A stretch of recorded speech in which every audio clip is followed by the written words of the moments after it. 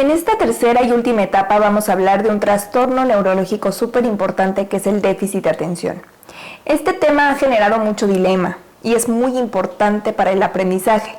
Sin embargo, no es un trastorno de aprendizaje, sino es un trastorno neurológico que afecta de manera directa la vida académica del alumno. Un niño puede mantener su atención fija en el maestro y no estar aprovechando lo que él dice, mientras que otro capta a pesar de que realiza al mismo tiempo actividades irrelevantes. Esto se debe a una capacidad de responder a estímulos e ignorar a muchos otros, a lo que le llamamos atención selectiva. De igual manera, tenemos que ser capaces de dividir la atención para mirar el pizarrón y escuchar al maestro y escribir y mantener el contacto con el medio ambiente por si hay que responder ante alguna emergencia, y a esto le llamamos atención simultánea. Nosotros modulamos esa intensidad de nuestra atención de acuerdo a la importancia que le damos y a nuestras necesidades. La alteración de cualquiera de los procesos de atención hará que el niño se le considere de fácil distractibilidad, independientemente de los factores que le han motivado, las cuales pueden ser la falta de capacidad para discriminar estímulos sin importancia, o para resistir la fatiga, o falta de motivación para inhibir la primera respuesta que vino a su mente cuando no es correcta.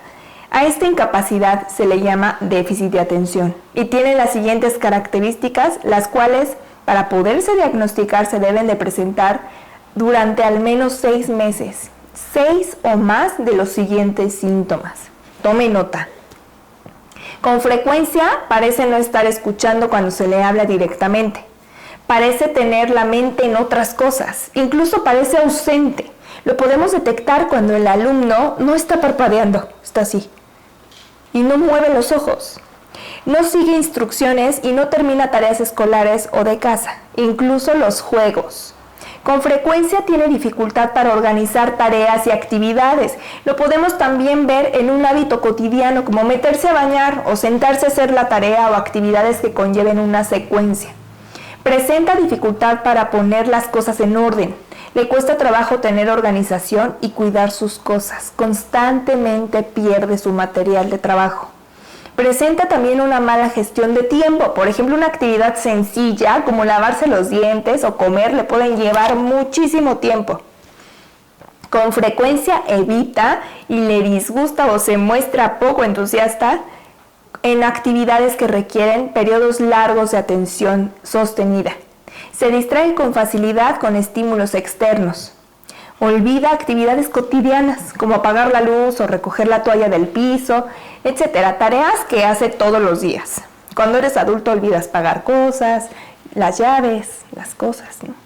Algo muy importante que se debe de considerar es que se debe de observar si hay una incongruencia entre su edad y las habilidades que se esperan para la misma, tanto sociales como académicos. Es decir, si mi hijo tiene 9 años y aún no es capaz de acomodar sus cosas en la escuela o de realizar tareas como bañarse solo y acomodar su ropa previamente para hacerlo, claro, tenemos que considerar que estas actividades ya se las enseñamos y lleva tiempo practicándolas, porque si nosotros como papás le hacemos todo, o la abuelita, o la nana, o quien esté a su cuidado, es esperar que no pueda hacerlo solo. Y esto no representará que tiene déficit de atención, sino más bien que no ha madurado lo suficiente porque nosotros no se lo hemos permitido. También tenemos que saber identificar que los síntomas no son solo una manifestación del comportamiento de oposición, desafío, hostilidad o fracaso en la comprensión de las tareas o instrucciones. ¿Y cómo nos damos cuenta? Pues cuando tenemos una situación en la que hay una ganancia, una actividad que me gusta, cuando se esfuerza para mejorar y no tiene resultados. Es decir, tomemos en cuenta que el déficit de atención no se tiene en momentos convenientes. Si se distrae, por ejemplo, en la tarea, pero en una película no, pues entonces en su comportamiento no es un trastorno. Estos síntomas no son voluntarios ni controlables, requieren de mucho esfuerzo, trabajo y de herramientas para poderlo mejorar. Por lo que necesitamos ser muy objetivos y detectar las descripciones en todas las situaciones y sobre todo tener mucho cuidado de que en el camino de detectarlo cuidemos su autoestima y su autoconcepto. Ahora vamos a hablar de otra parte que puede acompañar el déficit de atención, que es la hiperactividad. El déficit de atención puede ir acompañado o no de impulsividad, mejor conocido como hiperactividad. Es un trastorno que afecta más a niños que a niñas. Al hablar de hiperactividad e impulsividad se deben de presentar durante al menos 6 meses y 6 o más de los siguientes síntomas. Responden con exageración a todos los estímulos y manifiestan una conducta de urgencia de explorar. Explora todas las situaciones disponibles sin que le importe el riesgo. Con frecuencia golpea con las manos o los pies o se retuerce en el asiento o se levanta en situaciones en que se espera que permanezca sentado. Corretea o trepa en situaciones en las que resultaría ser inapropiado. Es incapaz de jugar o desocuparse tranquilamente de actividades recreativas. Con frecuencia está ocupado, actuando como si lo impulsara un motor. Se siente incómodo estando quieto por un periodo prolongado. Los otros pueden pensar que está intranquilo. Con frecuencia habla excesivamente. También responde inesperadamente o antes de que se le haya terminado de hacer la pregunta. O termina las frases de otros. Le cuesta mucho trabajo respetar el turno de conversación. Le es difícil esperar su turno también en los juegos y con frecuencia interrumpe o se inmiscuye con los demás. Por ejemplo, se mete en conversaciones o juegos o actividades de otras personas. Puede utilizar cosas de otras personas sin pedir permiso. Varios síntomas de inatención o hiperactivo impulsivo están presentes en 2 o más contextos, por ejemplo en casa y en la escuela. Existen pruebas claras de que los síntomas interfieren con su funcionamiento social y académico y reducen la calidad de los mismos. Se puede observar que se le dificulta la solución de problemas debido a su incapacidad para mantener la atención. Su comunicación normalmente es superficial y a la defensiva. Si detectas 6 o más síntomas, es importante que acudas con el especialista para tener un diagnóstico claro y certero. Podemos encontrar niños brillantes que con poca concentración en las tareas pueden ser suficientes para que salga adelante en la escuela. Así que muchas veces encontramos un coeficiente intelectual alto. Por esta característica, muchas veces pierden detalles importantes que después de un largo plazo pueden generarle problemas académicos, ya que se confían en su rapidez. Al ser impulsivo, toman decisiones muy rápido, sin reflexionar y actuar sin pensar. Al no meditar, llega a conclusiones enfocando en lo más obvio, a veces olvidando lo más importante. Por ello, surge cierta dificultad para relacionarse con sus compañeros de juego o en la escuela, ya que se imponen a los demás y son bruscos. Además, no miden el peligro y a veces son rechazados con frecuencia. No son capaces a veces de cambiar su conducta como los demás, o sea, no son voluntariamente desobedientes, solo que se les dificulta mucho autorregularse.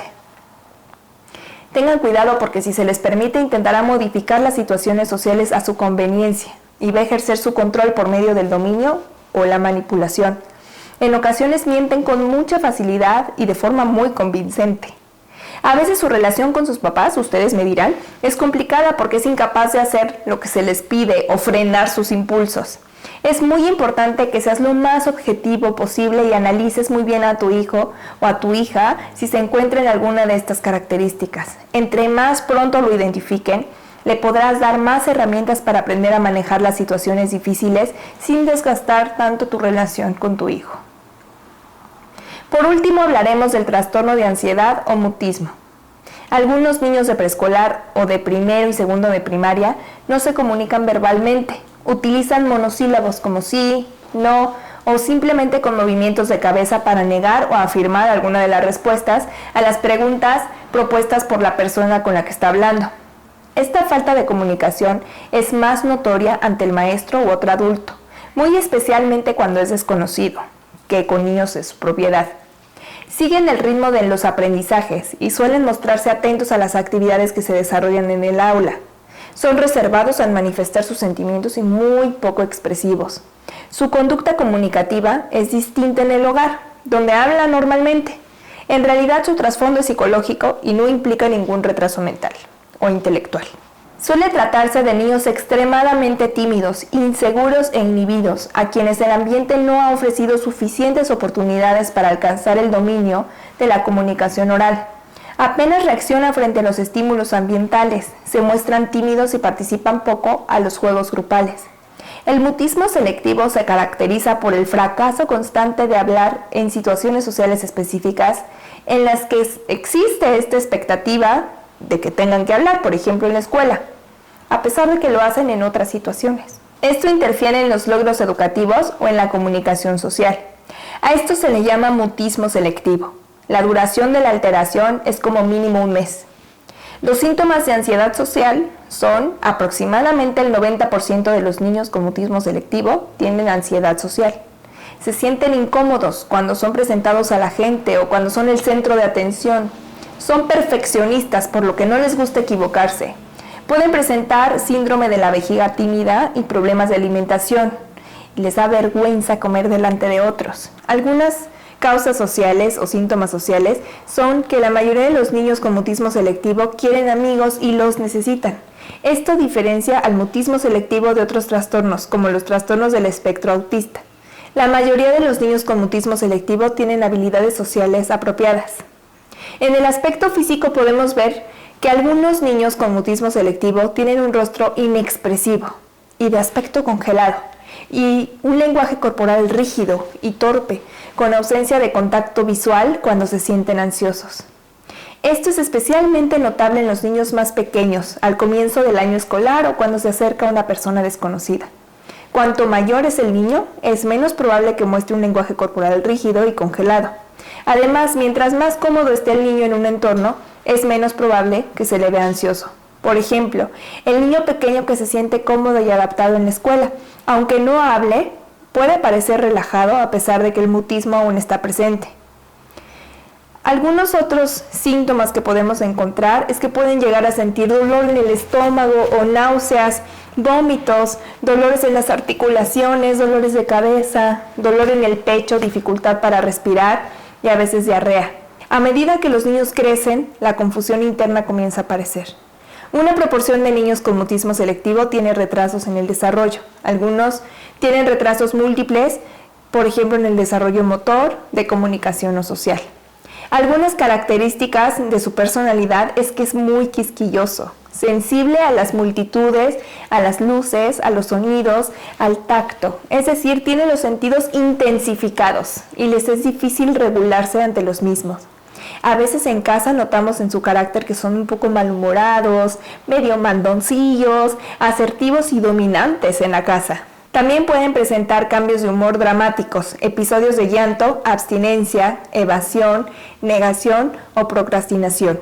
Estos niños necesitan un control interno, orden, y pueden tener dificultades en los cambios o transiciones. Algunos pueden actuar de forma negativa ya sea en la escuela o en fiestas. En las dificultades de comunicación vemos que algunos niños pueden tener dificultad para responder de manera no verbal a los demás, es decir, no pueden señalar o asentir en respuesta a una pregunta que alguien les haga o contestar gracias. Para muchos decir hola y adiós es muy difícil, pero esto es situacional. Un niño puede responder de forma verbal y adecuadamente cuando está cómodo. Estos problemas de comunicación se traducen en grandes dificultades en las interacciones sociales. En relación a las causas de este trastorno, no se ha identificado una única causa. Se dice que el origen de esta alteración es multifactorial. Algunos de los siguientes factores pueden coexistir y jugar un papel importante en el desarrollo del mutismo selectivo.